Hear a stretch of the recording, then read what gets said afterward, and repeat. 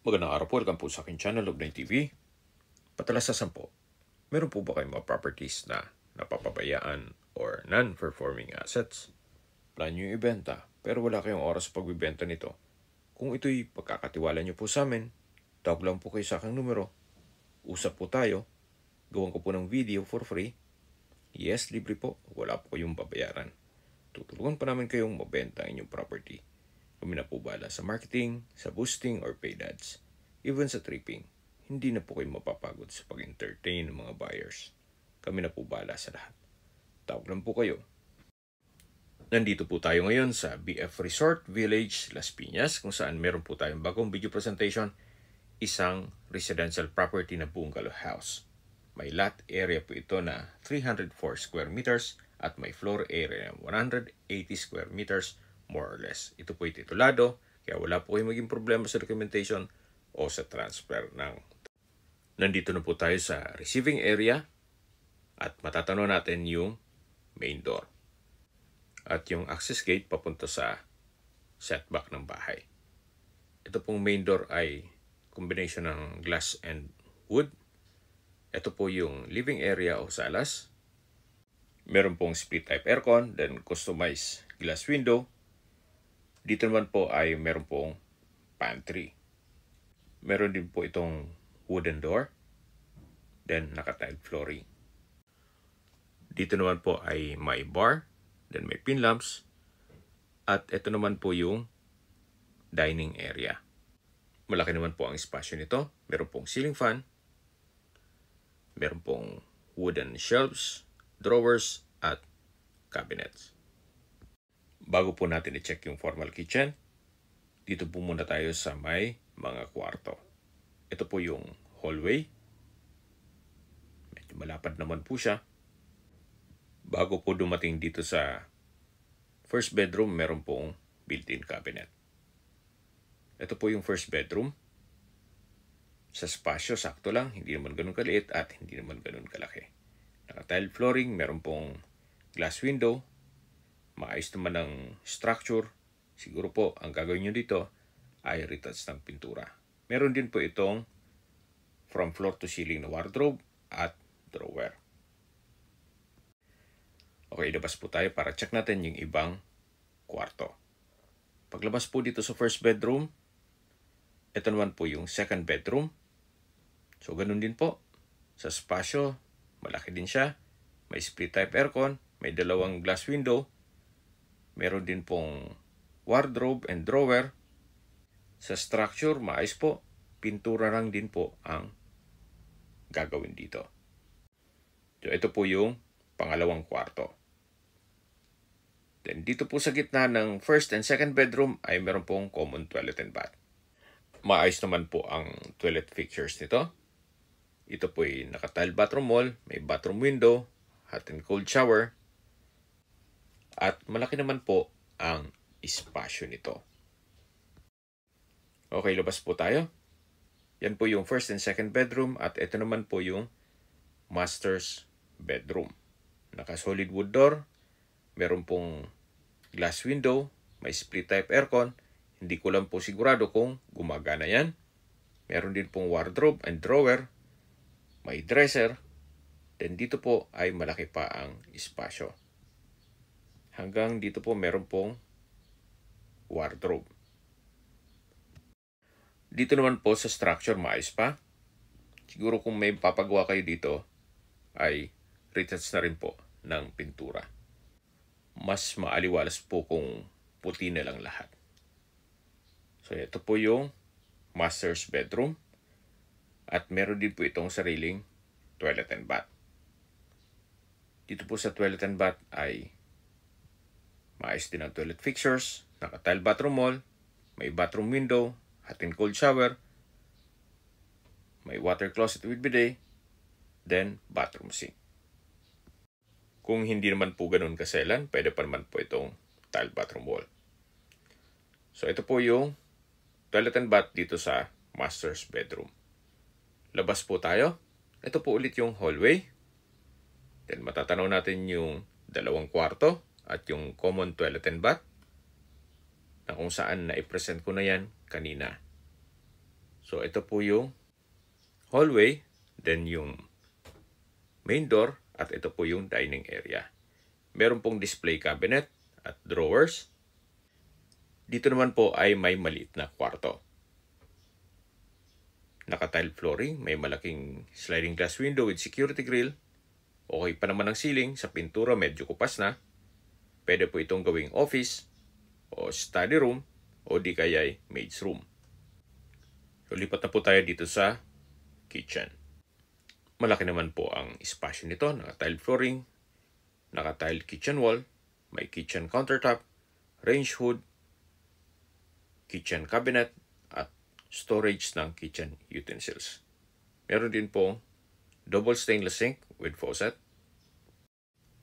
At dito naman po yung service area. Hanggang sa dulo po yan. So, meron po itong kitchen countertop, double stainless sink with faucet, at kitchen cabinet. Meron din pong built-in cabinet na pwede rin gawing pantry. Mula po dito sa dirty kitchen o service area, meron pong access door naman papunta dito sa likod ng bahay. Actually, galing tayo dito kanina. Meron din pong steel gate. Dito po sa likod ay malaki pa po ang espasyo. Pwede po itong gawing laundry area. Then dito naman ay stock room. Katabi lang po nito yung open lanai na may trellis. Then may bar at meron din pong restroom. Maayos din po ang toilet fixtures nito at ito'y naka-tile bathroom wall. At katabi lang po nito yung garden kung mahilig po kayo magtanim. Then next na yung garahe. Sa mga nag-skip po ng video, summarize ko lang po, ito pong property ay nasa BF Resort Las Piñas. May lot area po ito na 304 square meters at may floor area na 180 square meters more or less. Ito pong bungalow house ay livable pa naman. Konting retouch lang ng pintura. Gawa ng maayos naman ang structure nito. Tungkol naman po sa dokumento, ito po ay titulado. Kaya wala po kayong maging problema sa documentation o sa transfer ng title. Sa distance, location at travel time portion na po tayo. Mula po sa Alabang Zapote Road, ang distance is 800 meters at ang travel time is 3 minutes. Mula naman po sa Las Piñas Doctors Hospital at Southville International School at McDonald's Casimiro, ang distance is 3.2 kilometers at ang travel time is 10 minutes. Yan po yung lagi kong binabanggit sa inyo na dapat nyo i-consider sa paghanap ng property, yung meron pong malapit na hospital.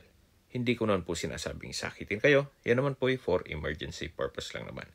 At mula naman po sa Robinsons Las Piñas, ang distance is 2.7 kilometers at ang travel time is 10 minutes. Mula naman po sa Perpetual Health Medical Center, ang distance is 3.1 kilometers at ang travel time is 9 minutes. Mula naman po sa airport, ang distance is 18 kilometers at ang travel time is 30 minutes. Napaganda po nitong lokasyon nitong property. Napakalapit po sa lahat ng business establishments, even schools at mga government offices. At hindi lang po doon, malapit po ito sa Manila. So, ito po yung receiving area. Then, ito po yung main gate. Ito yung driveway. At dito po sa driveway ay meron pong hagdan na kung saan papunta po yan sa roof deck. Akyat po tayo, samahan niyo po ako. So, nandito na po tayo sa roof deck. Ito po yung naka-tile flooring. Then, malaki naman po ang espasyo nito. Mula po dito, matatanaw niyo naman ang inyong mga magiging kapitbahay. Nakapakatahimik po ng lugar, sariwa ang hangin, at sa klima po, siyempre, banayad lang. Hindi naman siya ganun kainit at hindi naman ganun kalamig. Flood-free area din po ito. At ito ay nasa loob ng isang guarded subdivision. Sa presyo na po tayo. Binebenta po ito ni owner sa halagang 15 million pesos. Para sa akin po, fair deal na rin po ang presyo ni owner. Gawa ng kung bibili po kayo ng mga brand new na townhouse dito sa area ng mga 80 square meters or 100 square meters more or less na worth 15 to 18 million. Well, practically speaking, dito na po ako sa isang old house na bungalow na malaki pa ang lot area. Imagine meron ka ng 304 square meters. At kung meron man po kayong PWD or senior citizen sa pamilya, marami pong kwarto para sa kanila. Ito pong old structure is given na, okay? Luma ang bahay. Pero kung bago naman po ang bahay na to, na nakatayo sa isang 304 square meters, abay, mga 25 million o pataas pa ang presyuhanan niyan. Anyway, yan po'y opinion ko lang naman. Depende pa rin yan sa inyo kung anong assessment nyo dito sa property. Pero base sa aking mga nakikita o nabablog, kung hindi naman po ganun kaselan, para sa akin, kung wala naman ganong budget, pwede na po ito. Kung may mga katanungan po kayo, tawag lang po kayo sa aking numero.